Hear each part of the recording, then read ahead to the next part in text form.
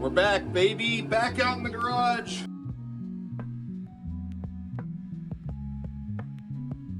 We got the Mr. Heater running because it's February in Minnesota and it's cold. We're back out working on the 1600. Got what's left of the tins off for the most part.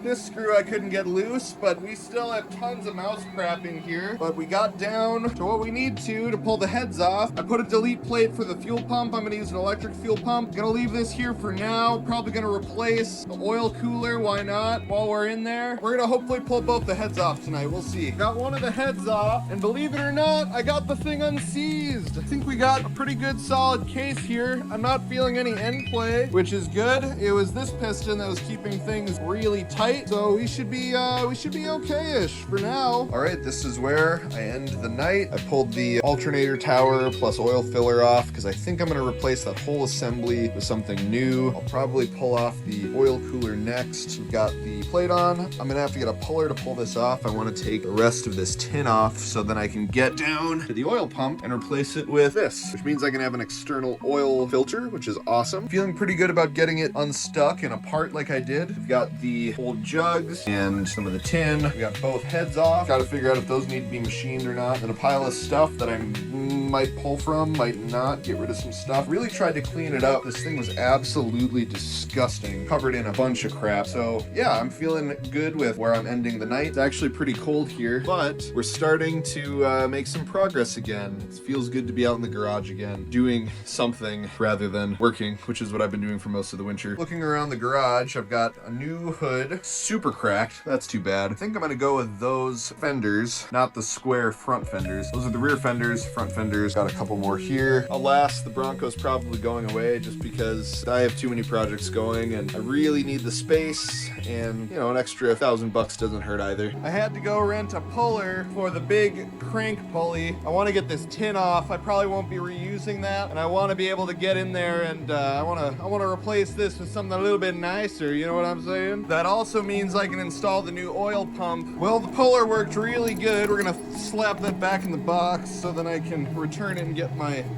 money back. It's just a rental, but you know, get in there. There's the old pulley. I'm gonna get something a little bit prettier to put on here just because the motor's gonna be exposed in the back of the car, and I really want people to see my handiwork. Also, I'm gonna pull this tin off, and then I'm going to pull out the old oil pump and put the new one on. And there it is, pulled right off. Slight change of plans. I realized I need a special tool to pull this out, so that's been ordered. Kind of a bummer, because I'd really like to get some more progress, but I ordered a bunch of stuff. We'll be ready to go the next time I'm out here. Basically, this thing was super disgusting, so I'm cleaning it up, trying to soak it in degreaser as much as I can using the good old O'Reilly's. And I think I might pull this off, and if I can, I'll probably pull the pistons off tonight as well. So I got the thing mostly cleaned up, which is great. There's still a couple spots of filth, but I'm not done yet, you know what I mean? I think this Bosch distributor is kind of worth something, so I'm gonna pull that off, and I'm going to sell it along with the coil. I don't remember where I put that. It's around here somewhere. A lot of rags, big old puddle of degreaser and oil. Got a whole bucket full of metal that I'm gonna throw away. Got some tin left. I'm not gonna reuse any of that. Basically, what I want to do is make this car actually nice. It hasn't been actually nice. So this is like new territory for me, actually like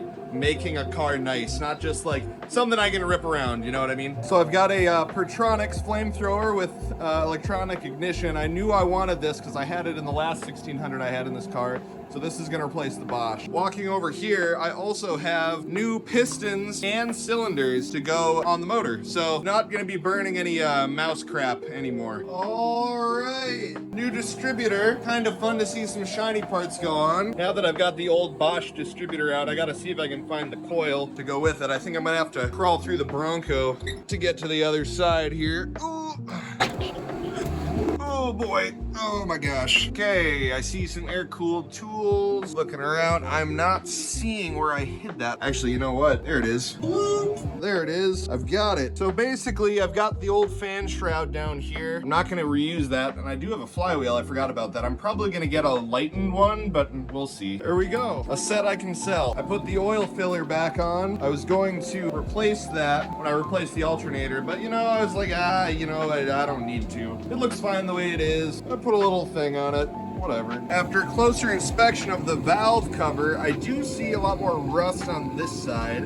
than I do on that side, which makes sense from what I saw with the cylinders. And if I walk over to look at the rockers, I do see that this is pretty well rusted away. I'm probably going to replace this rocker assembly just because, yeah, this side, perfect. This side, not so much. We're gonna replace that. I'm hoping the heads are gonna be fine. The one side looks good, but the other side, you can tell this is the one that had water. All right, I had a terrible day at work, but I got some parts in, got some push rod tubes. I also got the oil pump removal tool, so I'm excited to try this bad boy out. Per a video I saw, they said to loosen up these few. All right, the tool is in place. I'm gonna tighten this up and see if we can pull this thing out, you know? Well, that was incredibly easy. Came right out. Now we get to put the nice new thing in. Pretty pumped about it, baby.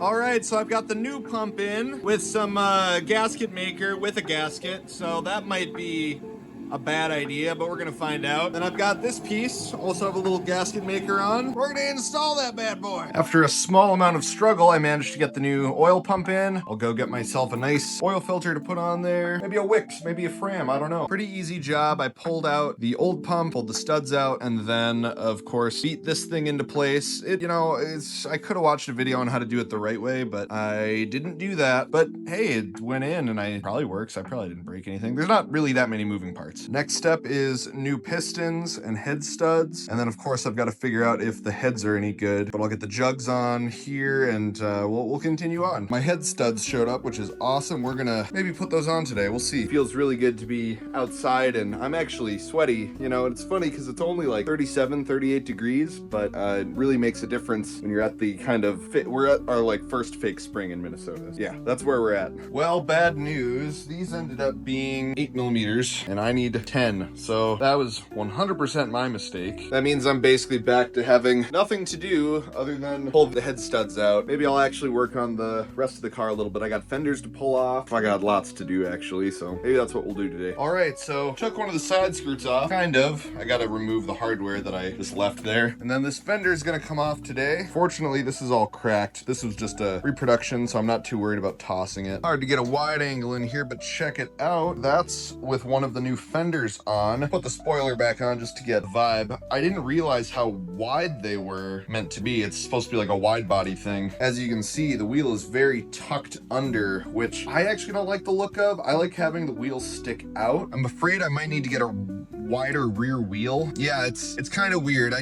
don't like the fitment super well. I wish I could get some more weight in the back to lower it to really get the vision, but yeah, it's that's not really for me. My brother has some really wide Corvette wheels that actually might do the job on this car. Get that wideness. I would imagine that the front very similar actually. So we might have to do something different here. We'll see. All right, so there is with a running board on actually. That's kind of how it looked. The wheel is too hidden. I want it to stick out a little bit more. I think I'm gonna go with the Corvette wheels. Well, kind of fun to be out actually working on the car itself. The engine has been really fun, but it's kind of cool to see the car change a little bit. And unfortunately, it's gonna get worse before it gets better. But you know, that's the way these projects go. Even though I've rebuilt this car so many times, like all the important stuff is done. Now I get to make it look really cool. And I'm super excited about that. We're supposed to get more snow again. Dang it. But like, it's been really great to be out. Stay tuned for the next thing. Let me know in the comments what you think about the wheels and the wider fenders. This thing's gonna be big booty. You know what I'm saying? So yeah, let me know what you think.